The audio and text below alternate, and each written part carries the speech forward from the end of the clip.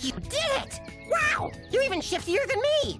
That's enough magic to make this carpet fly up and away! Hop aboard!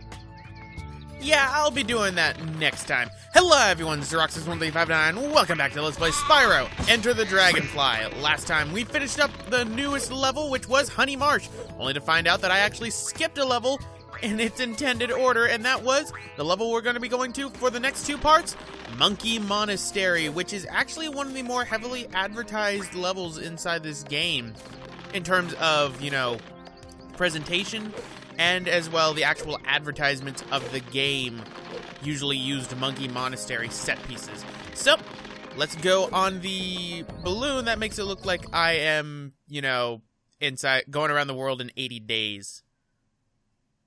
So yes, Monkey Monastery.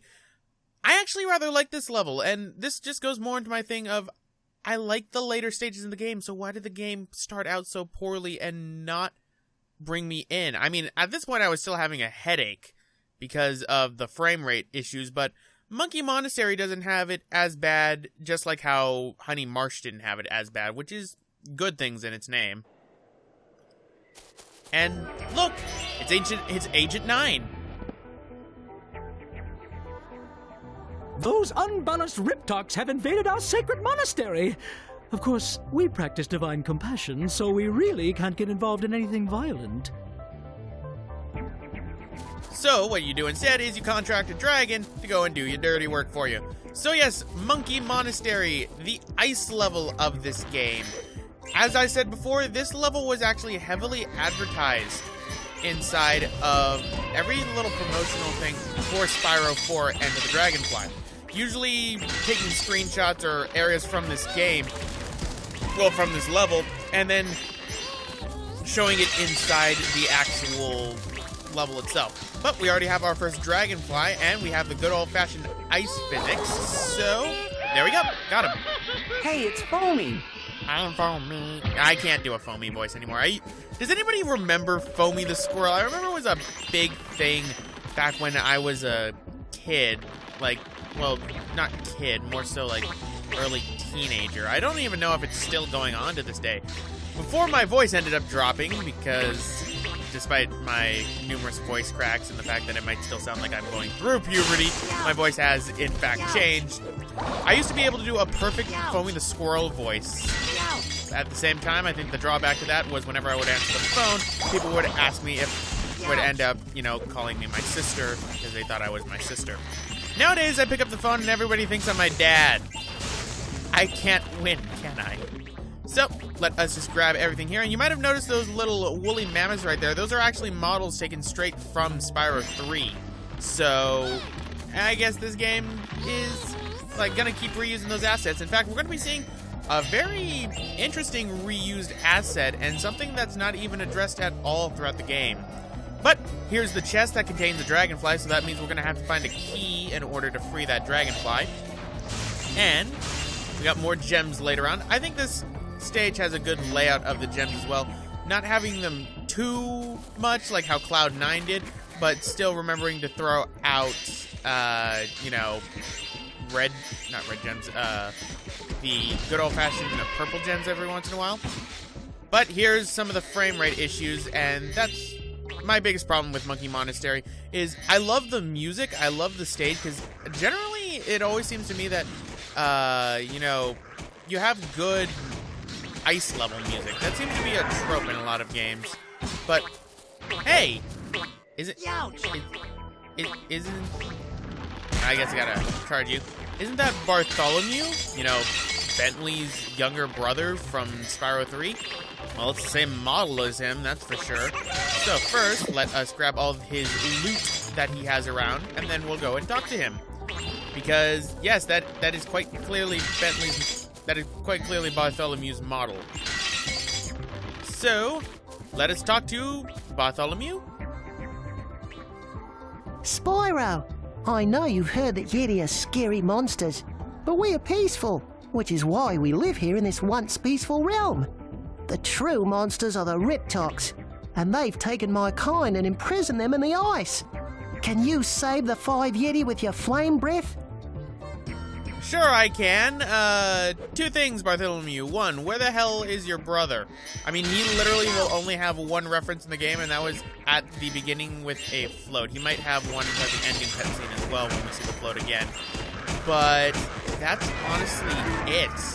You don't see him at all, and Bartholomew didn't even reference his brother or that he even had one. So if you never played Spyro 3, which I have to question, why are you watching a Spyro 4 Let's Play, which can, you know, takes place directly after Spyro 3 to, you know, see this.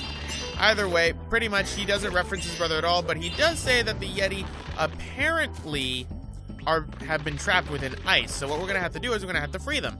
Well, that's going to be easier said than done. We're going to need to use cannons to get through here first, though. So what we got to do is we got to go over this way. I'm starting to get a bit of a headache from the frame rate, but I will try my best, because luckily these aren't beefers. And I keep on forgetting that these guys are charge only, because normally whenever it's charge only, they'll have metal on them.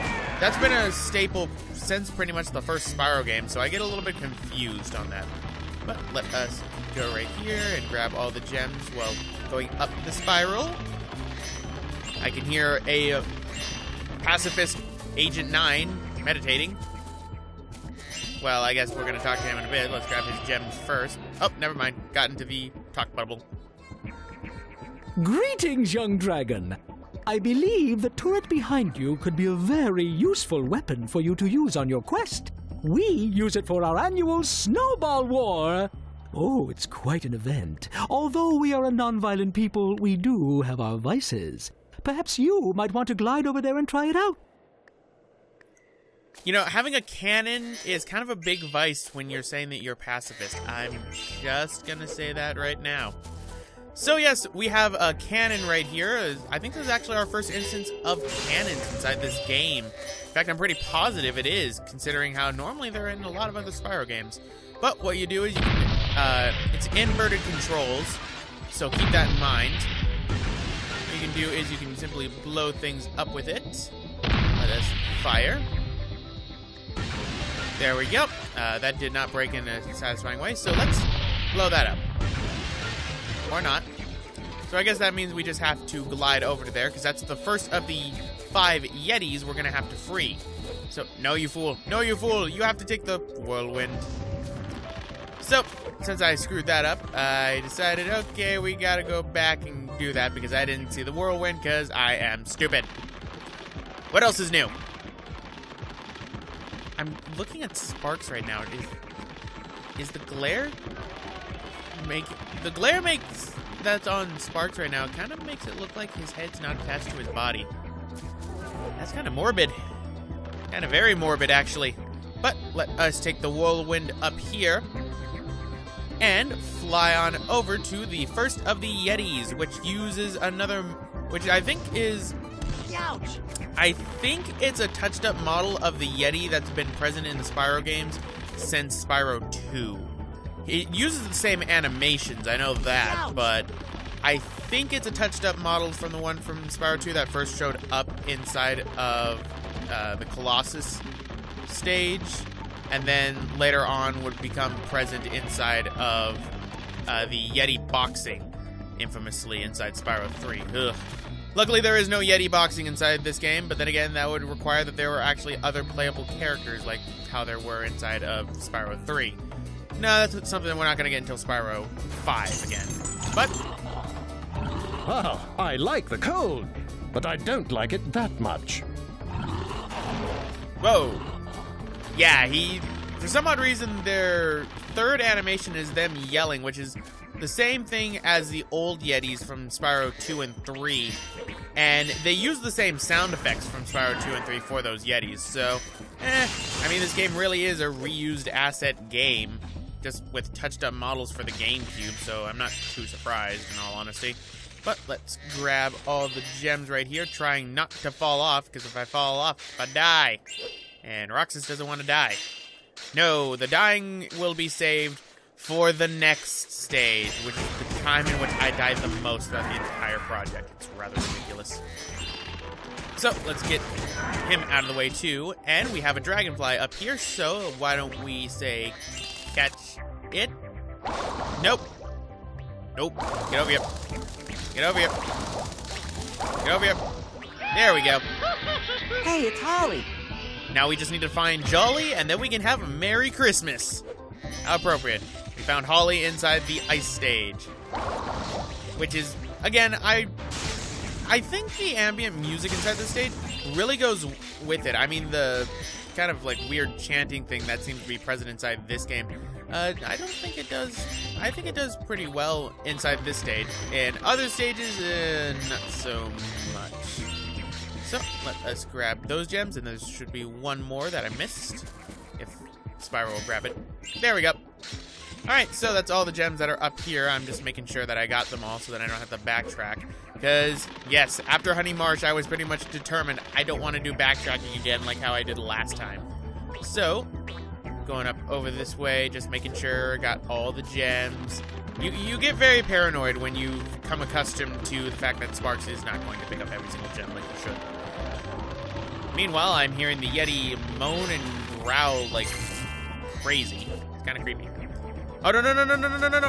Ooh, that was close. I almost died right there. That would have been sad. I mean, honestly, how much have I died in this project? I know I haven't died too much. I know I haven't died from getting hit or running out of hits. I know that for a fact. Usually it's only from falling. I know I died in Cloud 9, but other than Cloud 9, I think that might be the only death so far. In the next stage, I think I die about 4 or 5, maybe even 6 times. And that's honestly just because of one thing. I fall down pits. Right? Die. Alright, so that takes care of him. Let's get all the gems that are right here. And here we have another one of those Rip Talks with a nice club, so let's kill him. Which is odd because he sounds like a he sounds like a chicken whenever we end up killing him, like a croaking chicken. That makes sense. Ah, great, we got it precariously on the ice. We got precarious ice. And they're throwing snowballs at me. And we have the bunny enemies as fodder, but these guys are throwing things at me. Help, Spyro! These flying Riptocs are a menace. Oh, I think they are guarding the Yetis trapped within the ice here. Can you use the turrets to help free them? Sure, I can use that. I need to make sure that I don't get hit, you know, off screen by that guy, because that would be a rather dick move. But yes, apparently there are flying Riptocs around here, so we're going to have to use a cannon to kill them. This is reminiscent of a few missions in the past Spyro games. So let's kill the bunny enemies, the weird mutant bunnies that apparently are fueled by light eco. Because he just turned light. No, grab that green gem. Grab that green gem. No, you fool. Grab the green gem. Oh. Go back to that green gem later, you idiot. So, let's fly over this way with some intense slowdown. Like, oh my. This is rather concerning. And we're actually near the end of the Monkey Monastery, ladies and gentlemen. This is actually the last area until you get to the exit portal. And that's just unfair right there. Don't put a gem right there. That's just unfair. Especially since it's on ice physics, so you can fall off easily. And jump out of the way. Die. Right, and I missed 2 gems back here, so grab you and grab you. Alright, time to kill some birds. Boom. Oh, I missed. No, I missed. No, I missed. Well, I broke. Oh, I thought I broke something. Okay, got one bird. So what I'm trying to do is I'm trying to hit these birds right here, but you can't hit them with this cannon. You have to go down below to hit them with that cannon that's down over there. I unfortunately don't realize that until we hear a few more things of glass breaking, because that doesn't get annoying, that's for sure. And I noticed that there's some ice right there, and there's some platforms. Those platforms actually lead to one of the mini games, and that one's actually kind of hard to get to because of gliding. We're going to be doing that in the next part, ladies and gentlemen. But first things first, break that open, and we have another entrance to where one of the Yetis are. So, we have a Yeti up there, and we have a cannon down there, so obviously we're going to go down there to deal with that cannon. So, fly on down. And this is weird. We have like an echoing, crowing voice that's going to play no matter what around here. even if we kill all the flying Riptocs, which are literally just pterodactyls. Right, and time to kill it. Come on, get over here, get over here, get over here. Lead your shots, Roxas. Lead them. There we go. I got a view. We have a thing where one of the Yetis are right there. We have the other flying Riptoc right there. So let us kill him, and there we go. That's all the flying Riptocs. So, once we get off this, we're going to get ourselves a Dragonfly, because Sparks happens to say... That's great, Spyro. You completed the challenge and freed the Dragonfly. Hey, it's Gaku. Gaku is apparently Goku, because he just used instant transmission to disappear. And, anyway, guys, I'm going to end it off right here. This has been Roxas1359. Next time, we're going to finish up the Monkey Monastery. See you guys next time.